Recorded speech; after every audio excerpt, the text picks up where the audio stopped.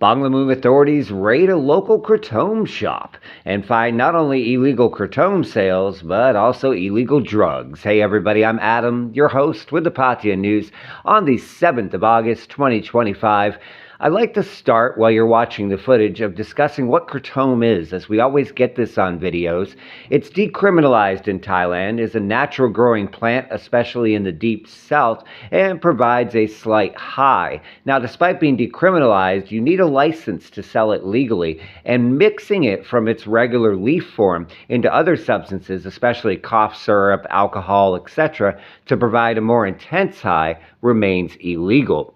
As a result, there's regular crackdowns and enforcement against illegal Kratom sales in Pattaya and indeed all of Thailand. This took place in Naklua last night following complaints from residents about large gatherings of youth and suspected drug trafficking. Upon arriving, of course, police found a large group of youths loitering inside the shop in question.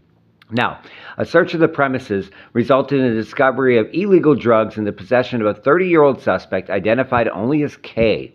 The haul also included 48 methamphetamine pills, 12.23 grams of crystal ketamine, 1 ketamine vape cartridge, and 2 ecstasy pills.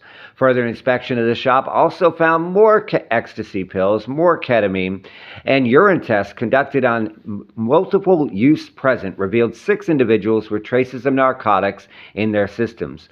Those found using drugs were detained for rehabilitation, while the individual in possession of the drugs was handed over to Bangladesh police station for further legal action.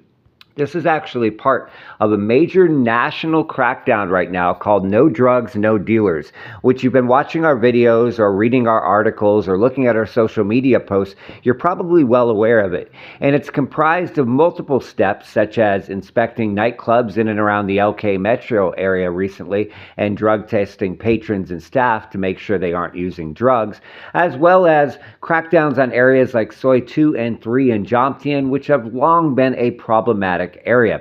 Now again, this is a national campaign and is taking place everywhere in Thailand, but here in Chonburi they're treating it very, very seriously and state that no drugs, no dealers will continue in an effort to stomp out illegal drugs. They've also stepped up drug testing against people in and around the Pattaya area. However, we did want to note, as we get asked this a lot, what about cannabis?